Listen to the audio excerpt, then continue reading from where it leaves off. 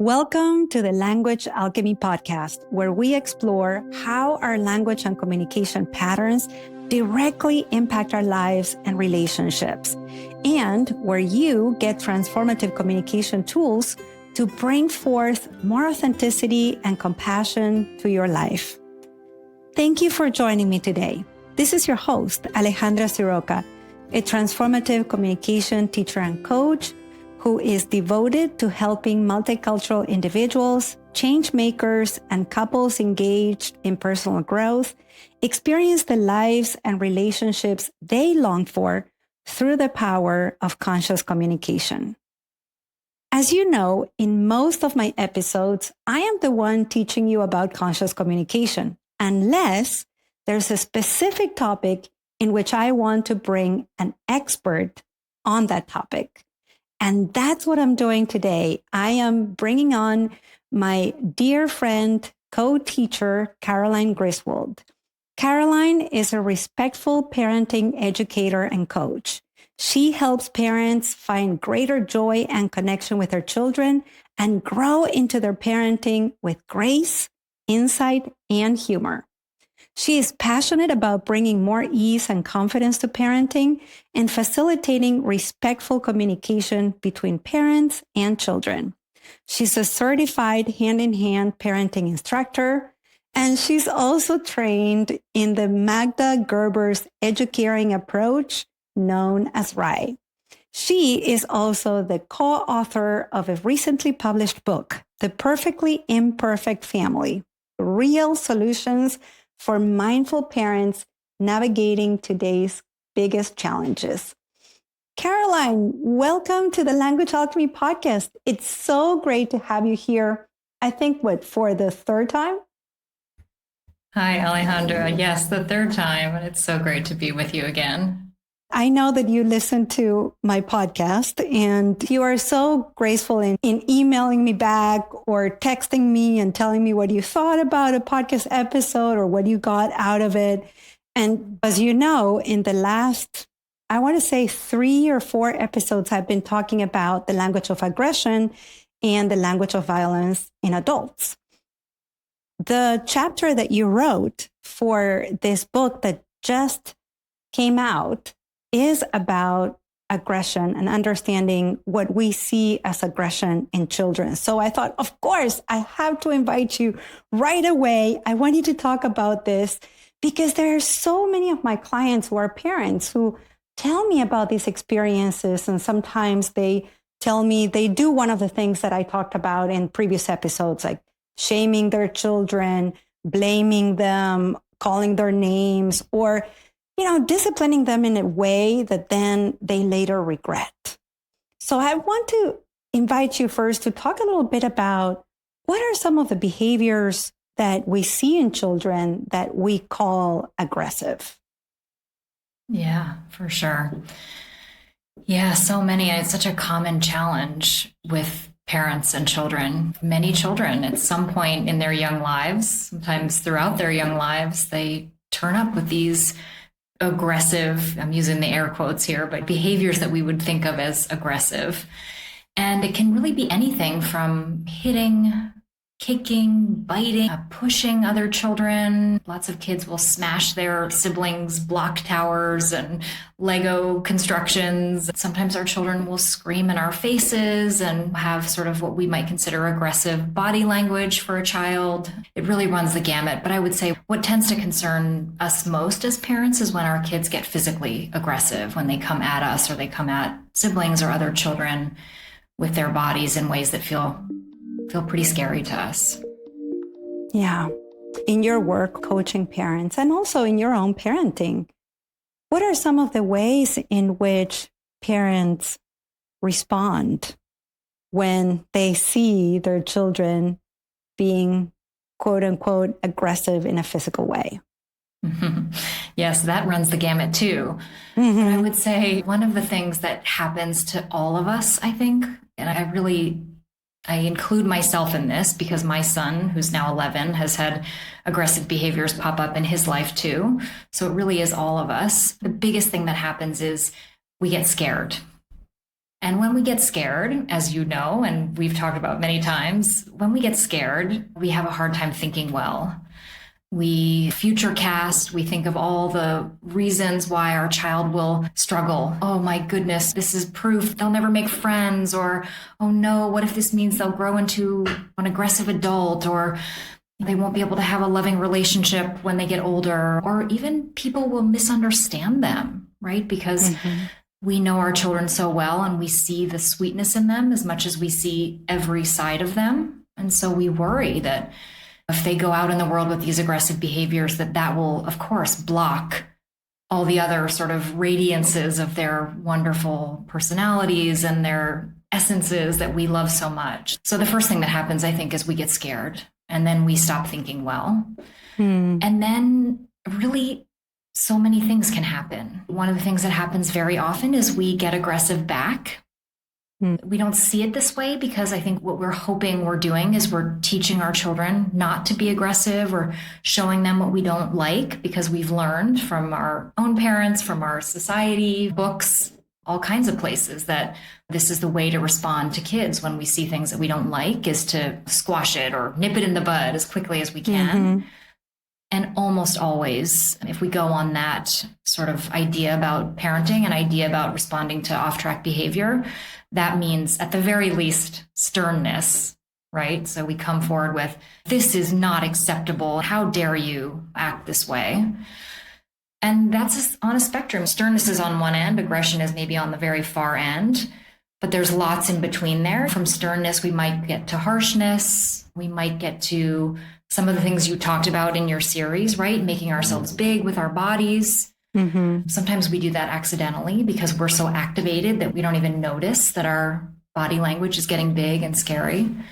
Sometimes we get physically aggressive with our kids. We grab them because we get scared. We want to stop the aggression. We get in there, and before we know it, we've accidentally hurt our kids or more. And of course, there are other options, but this is sort of what's most typical, I think, for us as parents, especially because most of us didn't see it done a different way when we were small. This is what we saw. What I'm hearing from you is that the first thing that happens is that we parents, we adults get scared because we're either thinking, oh, my child is going to be punished in the future, or we're thinking my child is going to lack something important in life in the future, like connection, friendships, relationships, etc. And so then it seems like the way we have, as a collective, learned to respond to that aggression is to meet aggression with aggression. Yep, you got it. Let's look at it from the perspective of a child. What happens to that kid when they kicked, they threw something and that broke, they destroyed their siblings' sandcastle they spent so much time working on, or they tear their paper and their drawing or something like that. So what happens from the perspective of a child? And I don't know if you want to talk first about what happens before what we consider the quote unquote aggressive behavior, or what happens when they are met with aggression by their parent. Sure. Take a pick. Yeah, I'll start with what happens, what leads to the aggression, because I think it's a big question for parents, right? Like, why is this happening? Because I think it's important to say our children are good. I have this deep, deep belief that our children are born good, intrinsically good, deeply good on an essential level. Our kids do not want to be aggressive. As much as it may seem that way, and sometimes parents will even say to me, oh, yes, they do, because kids will say, oh, yes, I do. I'll never forget one time my son was maybe 4 or 5, and he slapped me just during a really intense, big feeling moment. And I said very quickly after that, oh, honey, I don't think you meant to hurt me. And he said, yes, I did. He was very clear. I was trying to hurt you. So, in the moment of the aggression, they can feel like it's their best option. It's what they want. They can even do this weird sort of maniacal laughter thing that's very, freaks us out as parents. We're like, oh my God, now we have a sociopath on our hands or something. We get really, really talk about scared. But the truth is, the deeper truth is that at our baseline level, we're born to connect. We're born to be close with other beings. We deeply, deeply want that. And so our children do not want to be hurting others. And they definitely don't want to experience what happens after that, which is, I often call it like waking up from a bad dream, right? It's like at some point they will wake up from this place they went when they got aggressive. And then they have to see and take in, oh, I hurt someone. I hurt my parent. I hurt this child. Just in the same way that we get scared as parents when our kids are aggressive, a very similar thing is happening to our kids when they come out with aggressive behaviors. A child who is aggressive is a child who is feeling fear, who's feeling scared. And again, it can be really hard to see this. When we get aggressive, we get big, we get puffed up, we get sort of, we don't look scared. We look angry, or we look frustrated, or we look whatever, not scared. Scary. Scary, exactly. Yes. Yeah. But underneath all of that is a child that's vibrating with a certain kind of fear. Not necessarily because a dog walked by and barked at them, although that can happen, or we parents have scared our children. No, it's not that. But fear is a very present feeling for our children. It comes up a lot. And when it bubbles under the surface too much and it has nowhere to go or no way to be met and released, then often this is what happens. It will squeeze up from under the surface and becomes a punch, or it becomes a smash, or it becomes a throw. That is very often what leads to our kids being aggressive, is some felt sense of fear or overwhelm that's gotten mixed in with fear. Basically a sense for a child that I don't know what to do with this way that I'm feeling. And it's kind of like a caged animal. Even if we move in to help that animal, it may lash out at us. It may bite us because it's in self-protection mode. This reminds me of something that I talk about so much, which is safety and connection. Right. That when we are children and our brains are underdeveloped and we do not know that we can be safe or feel connected from the inside, and we look for that sense of safety and connection from the outside. So if we perceive maybe as children that something from the outside is going to be taken away, we're not going to have it, or we don't see it in the moment, then that can trigger that fear. And then the brain wants to do something about it to have that kind of safety. I'm thinking specifically of children who are the firstborn. And for the first year or two, maybe more, they have all the attention from their parents and the adults around them, and they're showered with presence and love. And then maybe even they are the ones calling for a little sibling, a friend to play with. The parents have another child. The baby comes in, and this first child is like, oh, lovely. And a minute later, an hour later, a day later, a week later, a month later, I've heard so many different stories of firstborn saying, well, can we return them now? Or he is not my brother. She's not my sister. Oh, they're not part of the family. Okay, give it away. Give them away. Tell us a little bit about what happens. So for a child, there's some kind of fear and they want to do something with it. One way to think about it is they're doing the best that they can with the brain development that they have and with the weight of the feeling that's on them. So you can think about it kind of like an emotional backpack, right? I often think about kids when they're going off to kindergarten for the first time and they have those backpacks that are like almost half as big as they are, It's like that. And every day, all day long, our kids are kind of putting stuff in the backpack, right? It's like some things are wonderful and warm and connected. And maybe they love their teacher, or they have a friend at school or preschool.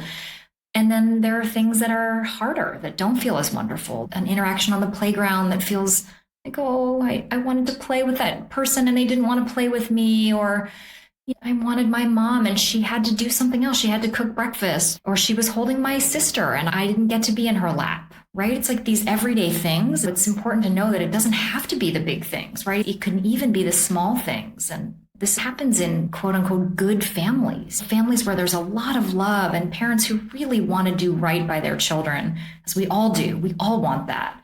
Good children hit other children sometimes, and good children bite other kids. This happens because we want so much to be close and connected, just as you were saying, and because our brains are so rapidly developing and under such heavy construction when we're young, we lose that sense of closeness and connection and safety so quickly. We need such frequent reminders. And if there's anything else going on in our lives, like we just got a new sibling or we just went to a new school, however wonderful those things may be, we moved homes, dad has a new job and he's traveling a lot. It's like all these things just add to that emotional backpack. And after a while, it gets really heavy. It's like they're lugging it around.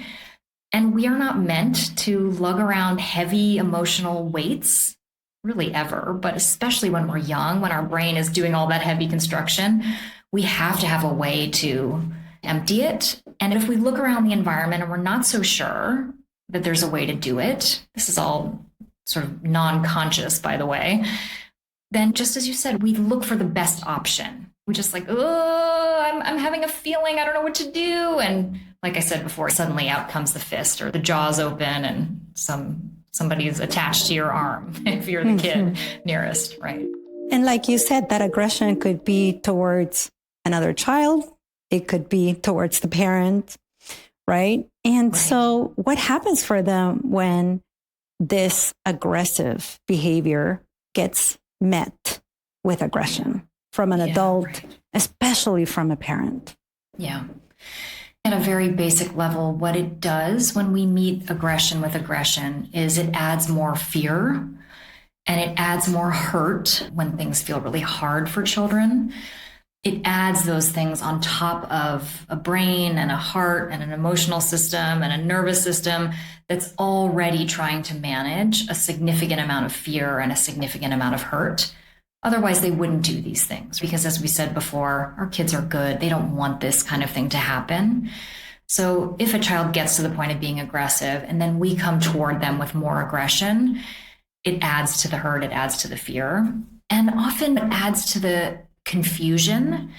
I've worked with many families before who've told me after the aggression passed and my child sort of came out of that bad dream, as we were saying, like children will say things like, "What did I do?"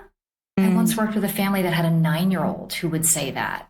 Like, could you just remind me what I did? Afterwards, they were trying to have a conversation with her, these loving parents, and it was just like the confusion. What happened? It's like our brains get flooded and they go on overdrive. They don't function well. So kids can be very confused by our aggression. When they see it, that can sometimes snap them out of it enough to go, oh no, what happened? And it can drive us farther apart at a time when our children really need us close.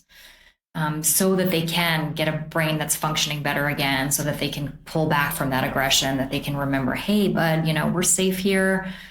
There's a lot of love around you. You don't have to turn to these kinds of behaviors to let us know.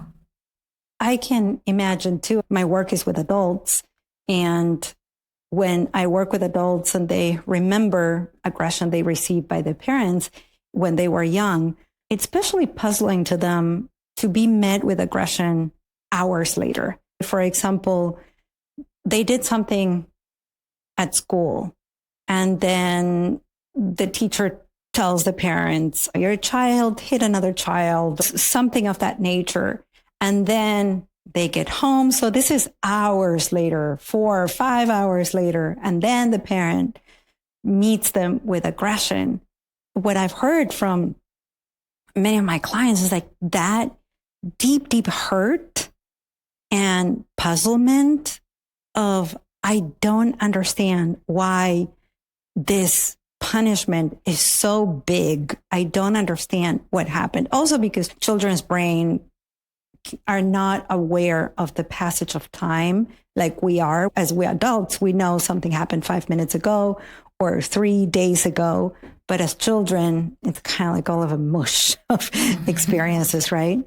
Right, exactly. Yeah, it is very confusing when we come toward them, especially hours later, as you were saying. And yeah, it just adds to that sense of what happened here. Our children can feel shame very easily, some children more than others. Some children are deeply affected by it, even when parents try really hard not to pass that along.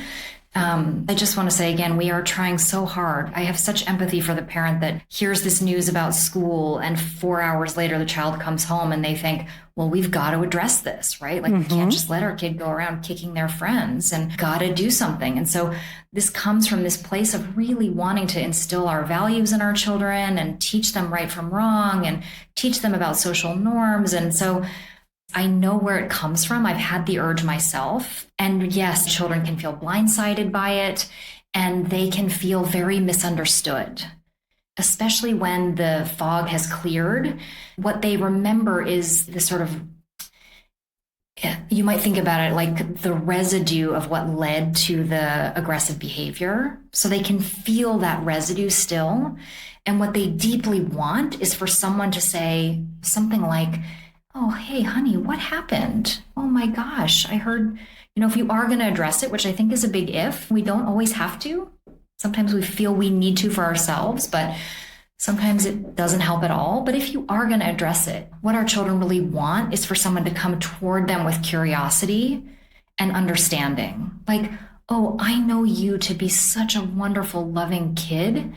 And I heard this thing happen today. What happened, sweetheart? That's enough. And sometimes we'll learn something right away, right? Our child might say like, well, it's because he took my car and I was running it around the playground and suddenly it was gone. Or sometimes children will get very angry and that's not true. That's not what happened. And my teacher doesn't know. Either way, we know, oh, there's tenderness there. This child is feeling really hurt by this friend and they felt like that was, their body decided for them. Aggression is the way, right? Or they're feeling like an adult's not seeing them or understanding them. And that can lead many children to aggression. We deeply need at least one adult all day to know us and see us. So we're going to learn something with curiosity that if we come forward with aggression, we're probably not going to learn because we're going to spew our aggression, whatever it looks or sounds like. Our child is going to feel hurt and possibly come back at us with more anger or retreat into themselves with more hurt.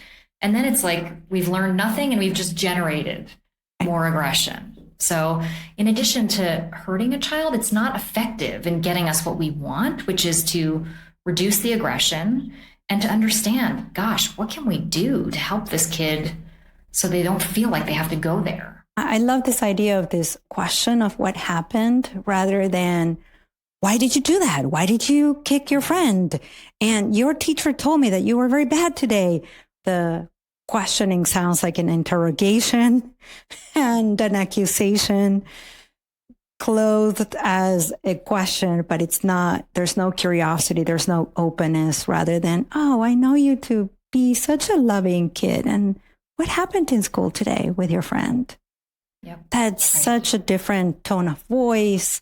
And it already conveys, I'm coming to you with openness, curiosity, safety, and connection. Yes, right. I think our kids, one of the biggest gifts we can give them is to let them know as much as we can in small and big ways that we are on their side. That when everybody else has made a decision, even if it's temporary, that they're not this or they're not that, or they might be such and such, that we see the incredible deep goodness in them and that nothing that's unshakable for us. So when we say, why did you do that? And what happened? Or you did that very well, Alejandra, what it can sound like when we get kicked off with our fear and our worry. Just the other day, I was feeling a little irritated with my son, and we wanted to go and do something, and he was resisting, and we were really trying to urge him along. And I thought he definitely knew we were irritated, but I thought we were doing a decent job of being respectful to him and acknowledging how he was feeling. And as we're walking along, he said, I know you guys are sick of me. I know you guys are up with me. I know you don't want me around. And I thought, oh boy, look at that. Even when I'm being careful about what I say, I'm trying to notice how I'm saying it. He's 11 years old, so he's got a lot of more data in the bank than a 5-year-old or 3-year-old. But that's still the message he took from a little bit of irritation. So this is going to happen. We are human parents doing our best with our human children. It's not like we can always be super careful and super warm, but just to know how we are lands for our children so deeply. It communicates so much to them. I'm thinking that your son being 11 and having more data points and more experiences in life and more vocabulary to be able to say that 2 or 3-year-old cannot express that you don't want me, you are sick of me, you're tired of me. They cannot say it out loud. They don't have the vocabulary or the wherewithal to communicate that. However, they do have the energetic presence of like, oh, maybe I'm not wanted. Maybe you don't love me. You don't want to be with me. And I'm also thinking about how it depends on the age of the child, of how we talk to that child, whether we talk to them at all or not. A 2-year-old who's not sharing their toys and hitting other kids in preschool or daycare because their brains are not ready to share yet. And that's an impossible task to ask a 2-year-old to share your toys and be happy about it, versus a 10-year-old or a 7-year-old that we can talk to them about these things and we can ask what happened. Maybe a 4-year-old, we ask them, what happened in school today? And they tell us all the wonderful things that happened in school today. And they didn't register that they kicked someone. Yes, you are correct. I'm so glad you mentioned that. They may have completely moved. One of the things that's wonderful about them is that they're so present. They live in the present moment. So if the present moment 5 minutes ago was I kicked someone in the shins, and the present moment in this exact moment is, oh my gosh, a frog came to school, or we saw it on the playground. Before we teach our children to sort of value certain things and devalue others, or feel ashamed by some behaviors and not by others, it's all part of their experience. You know, the wave keeps flowing, right? Some points of their day feel really high and some feel low. So this is what I meant earlier by when I said sometimes we don't need to talk to them about it. It's not helpful to rehash a 2-year-old's or a 3-year-old's day and try to extract from them what happened when they pushed someone out of the way so they could get the truck that everybody wanted. If that happens with a younger child and we start hearing from daycare or preschool that a child is behaving aggressively, then the questions I ask are, why is this child not feeling safe? And where is this child not feeling connected to another adult, to maybe more than one adult, that's leading them to behave in this way? So what I would look at is, where can adults come closer, and where can we do a little friendly patrol? If we know after about 5 minutes, when this child plays with a couple of other kids around, they do okay for a few minutes, but then suddenly after about 5 minutes, if an adult isn't nearby, they tend to push, or they tend to grab, or they tend to bite. What we're looking for there is, how can we support this child so they don't feel that fear rise up enough that's leading to that behavior, instead of, let's have a conversation with this child and tell them it's not a good idea to bite people. I was also thinking about how when we are children, because we are learning about life, we are copying behaviors that we see around us, especially if those behaviors are on cartoons, TV, iPad, phones, characters, and especially if they have something that they're throwing or some tool they're using, like a gun, a sword, a ball, or something. I specifically remember something that just came to mind today. I was in first grade, so I must have been 6 years old. And where I'm from in Argentina, the north of Argentina, rugby is an important sport. And so I was exposed to rugby at a young age.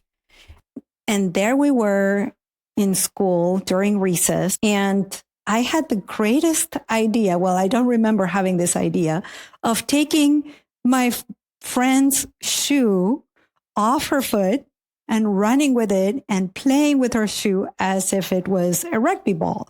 And then all the kids went nuts. And so we were all playing and having a ball until, of course, I got called to the principal's office and I got grounded. And then my mom came. She didn't like that idea at all. My friend was crying. I thought it was hilarious. I couldn't understand why she wasn't laughing with me. Of course, she didn't have a shoe, so she couldn't run.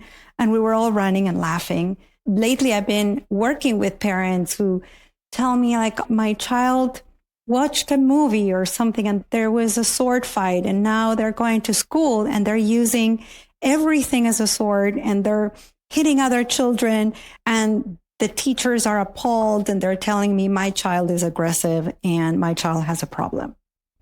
Oh my goodness. I'm so sorry to hear that's happening. Long before I became a parent, this really stuck with me. I met a young mom who had 2 little boys, and they were raising these little boys like way out in the forest. They were really trying to give them as much of a natural kind of upbringing, far from the media. They didn't have TV. They never watched cartoons. And she said, it is fascinating because as soon as they could pick up objects, they were making sticks into swords and having fights where they would hide behind trees. I think it is built into us to explore power, control, and what it means to fight and reconcile. If our children learn anything about history and the world and things that have come before them, they learn about wars. And of course, if they play video games or they watch TV, they see those things enacted.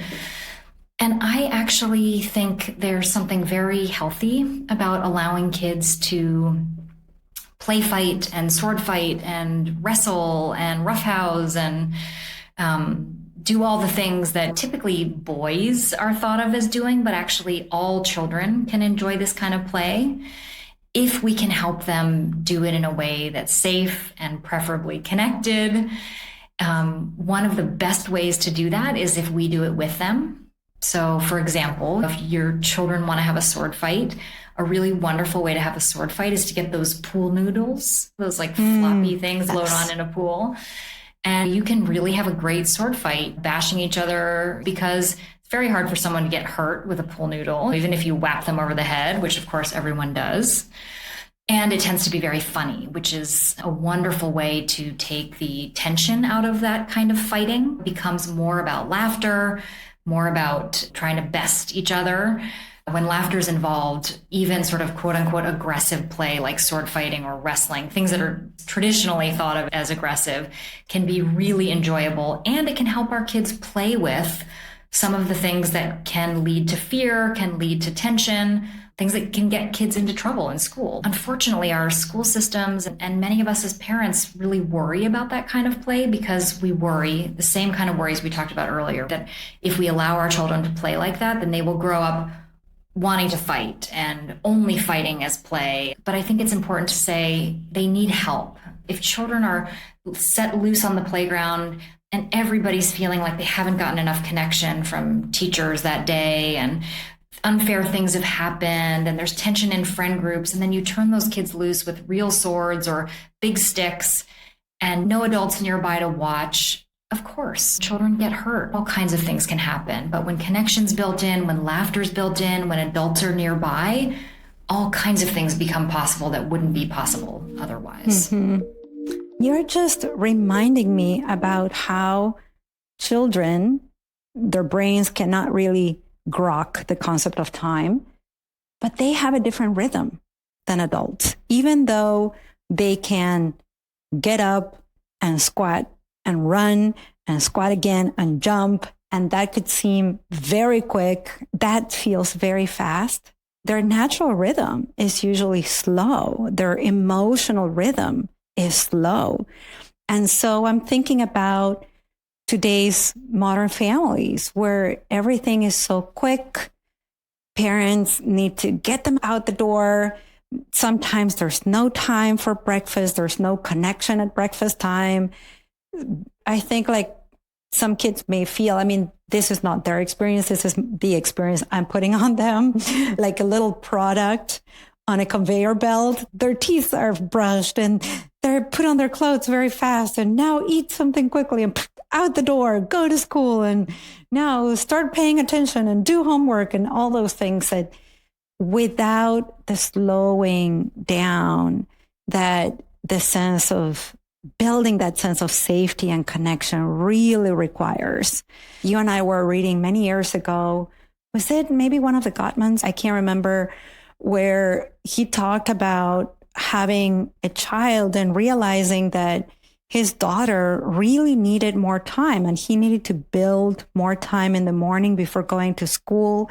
So he would get up earlier. He would build in, I think it was like a 5-minute walk to the school, but he built in a 20-minute walk. And of course, this person was privileged, had the ability to do it, had a partner who could support that. We're not talking about a world where people may be single parents, they have multiple kids. But if we could consider something that we could do to slow down a little bit so that the kids could have that sense of safety and connection. So by the time they go to school and they meet with other children, they've already maybe had a little bit of their quota of safety and connection by another adult filled, or at least there's some in the safety and connection tank. Right. Brilliant. Yes. If I could give something to every family in the world, it would be just a little bit of that time, space for connection every morning.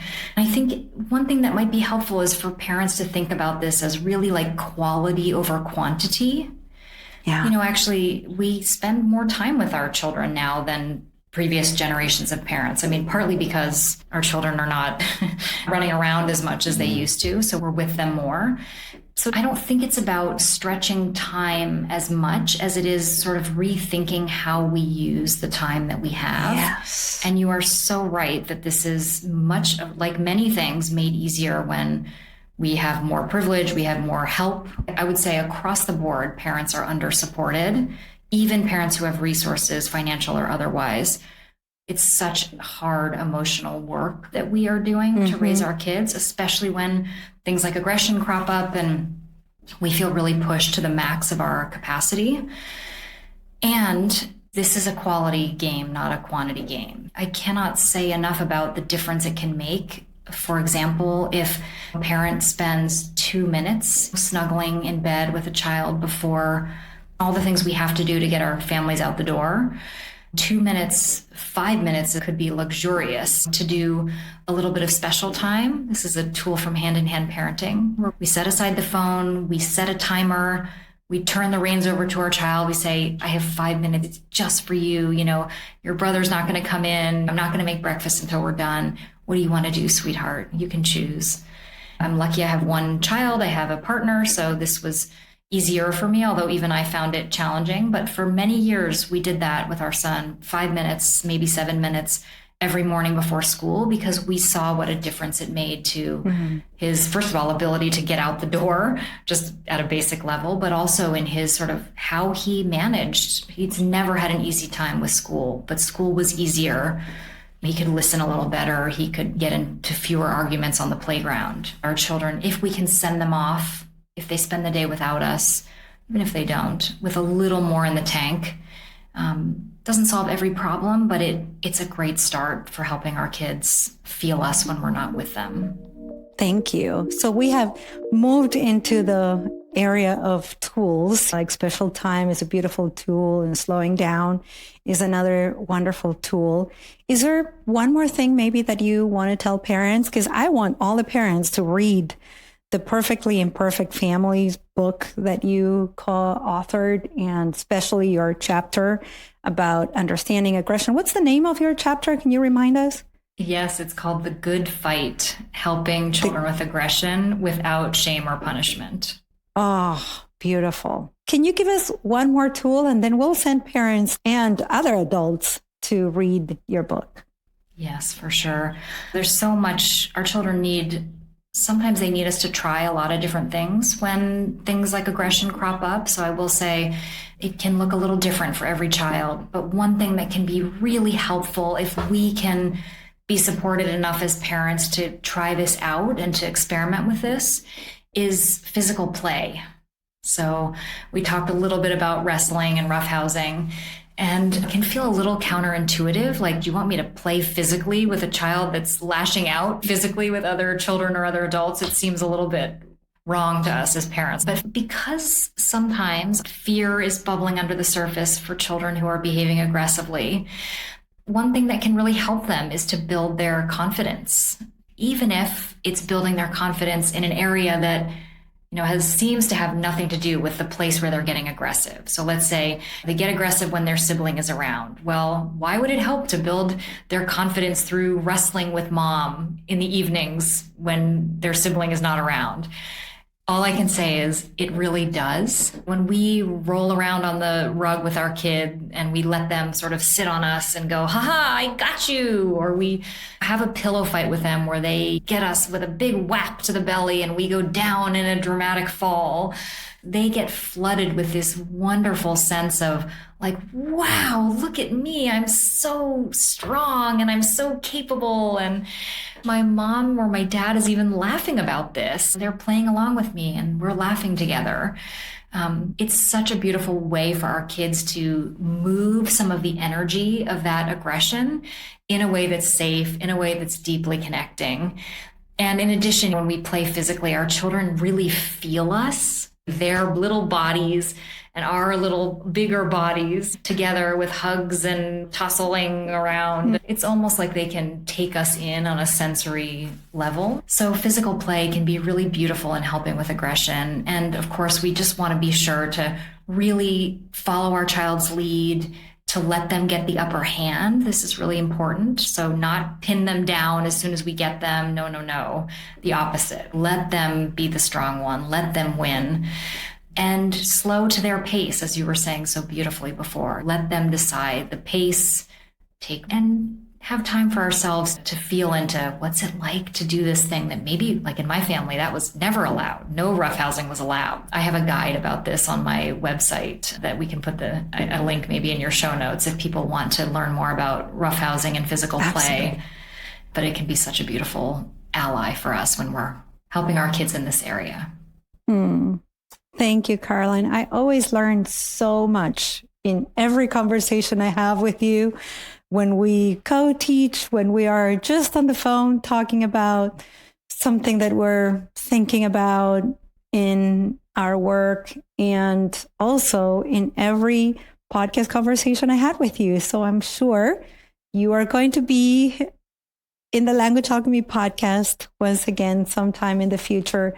For now, I really want to appreciate your time and send people over to fertilegroundparenting.com. I am going to add all the links in the show notes, including this guide on roughhousing, as well as a link where you can buy Caroline's book, The Perfectly Imperfect Family: Real Solutions for Mindful Parents Navigating Today's Biggest Challenges.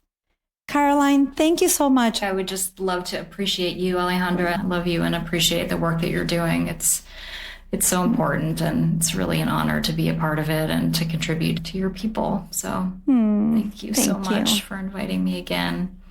Always, always, always. I love you and honor you as well. And I would also just want to really deeply appreciate the hard work that all the parents listening to this are doing, both to be the parents that they really want to be and also to show up for their kids and keep reaching for their kids, especially when it's hard. I have such deep respect for the work that parents are doing and how much they care and love their children. Thank you. Thank you for listening. Until next week. And as we say in Argentina, ciao, ciao. Ciao, ciao. Original music by Gary LaPoe. You can find all the links in the show notes at languagealchemy.com.